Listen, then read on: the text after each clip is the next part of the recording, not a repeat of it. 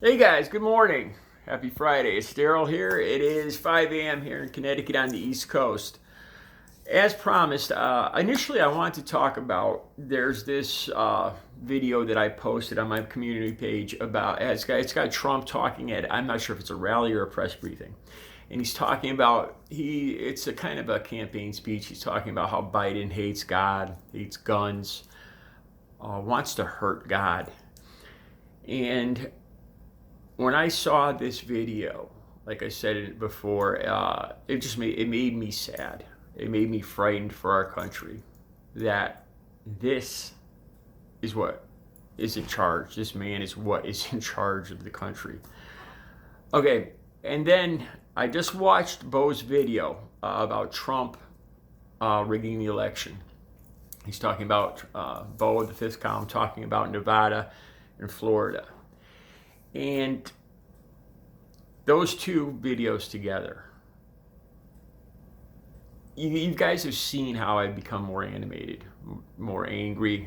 It's not just anger. It's fear. It's frustration. In the last week, in the last 8 or so videos, and that's not some marketing ploy or branding ploy or anything like that. That's really me. And this is a perfect example. I remember learning in history back in high school about these great civilizations like Rome, Greece, the Aztecs, all these great, powerful civilizations that lasted for hundreds of years, and they had it so together, like Rome, the Romans. And all of a sudden, they just ceased, not all of a sudden, but they ceased to exist.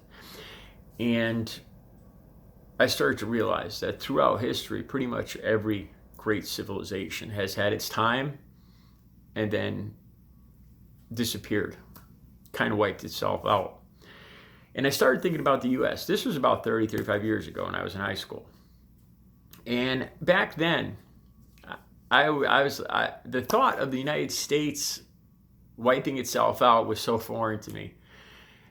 This country is so strong. Everything is so great here. What could we ever do to possibly ruin this country? How could we ever let that happen? Would we, because these other great civilizations weren't taken over really. They just dissolved from the inside. And back then I was thinking, what could possibly happen to America? Back then I couldn't even imagine. Right now, it's all too easy to imagine. It's even more than that. It actually feels like we're already a good percentage of the way there. Just in the last 5 years, and it's not Trump. It's not just Trump, but it's Trump. A lot of people say that Trump is a symptom, and not the cause. You look at Trump supporters. When Beau talked in this video, he talked about these great patriots you see on these social media sites, these Trump supporters with their screaming eagles, with their flags, waving the flag, America this and America that. Are they going to speak up when it comes to protecting this country? The greatest thing this country has, our freedom to choose a president, our election system. Are they going to speak up with this blatant move towards dictatorship and autocracy, oligarch, all the whatever it's called, all that? Are these great patriots going to speak up? No. And that scares me. It makes me sad. Then going back to the video I just made about personal freedoms and how I was talking about, I think our founding fathers didn't even include that you have to appreciate other people's. Of course, other people's personal freedoms count just as much as yours. And I don't think it even occurred to the founding fathers that they would have to say this, that it seems so juvenile, so childish, that of course you have to respect other people's rights. And we become so arrogant and so self-obsessed with our freedoms, and we're so great, America number one, that it's all this is our downfall. as a pandemic rages across the country. And the leader of the supposedly greatest country on earth is forcing children, demanding that our youngest children, our youngest members of our society get packed back together in a dangerous, possibly dangerous, who knows, but why risk it? Why, if there's other options, why take this chance?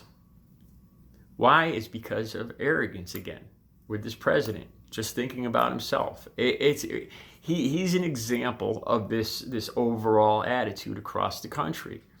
Him first. He's the most important. What he wants, what Trump wants, his reelection. It's not about our system, or that it's not right for him to try to suppress the vote because in Nevada and then do the opposite in Florida. 35 years ago, when I was in high school, I couldn't have even imagined we would allow ourselves to get where we are. And even as I'm sure there's going to be a couple of Trump supporters that are going to watch this, and they're probably going to comment and probably say some stereotypical thing, trying to prove Trump to be a great man. And they are the downfall, the possible downfall of this country, this great civilization. It's them, those people watching this video right now, those Trump supporters. All right, then get into this other video where Trump's talking about Biden.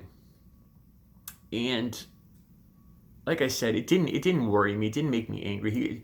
He says that Biden hates guns. He's gonna take away your guns. He hates God. He wants to hurt God. He wants to hurt the Bible. He hates energy. Just listen to that. It doesn't even make sense. It's like saying, you know what? My competitor hates the sun. He hates the moon. He hates oxygen. He wants to take it away. It's almost along those same lines. The fact that this is what we've gotten to this point. The president of the country is suppressing the vote, is using the White House to try to control the coming election, which no president in the history of this great country has ever done. Never has any president even had the arrogance or they've had respect for this country to not even think of doing something the stuff that Trump's doing right now.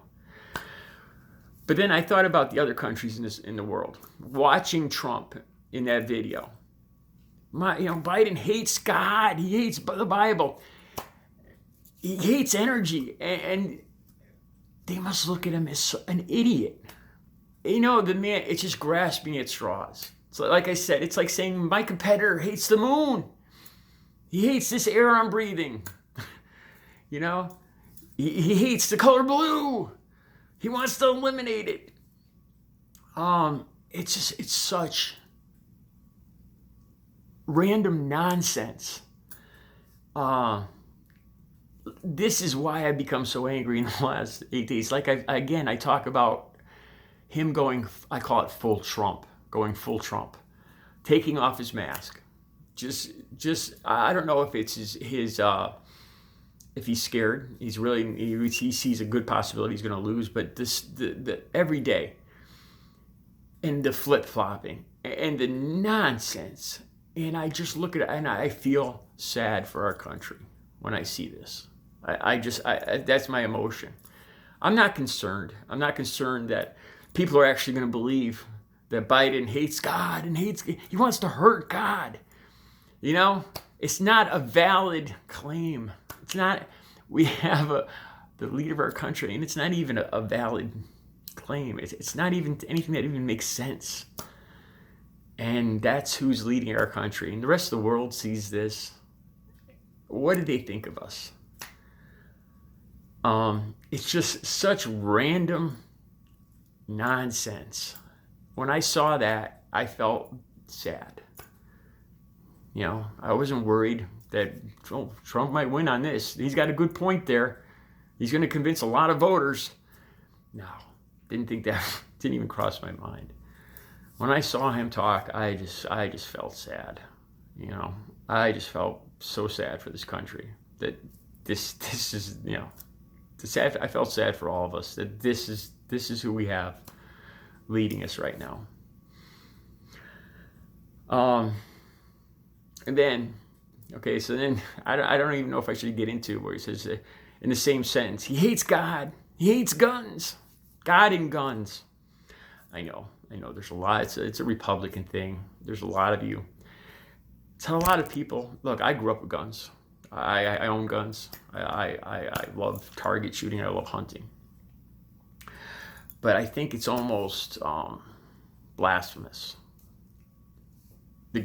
God. I believe in God.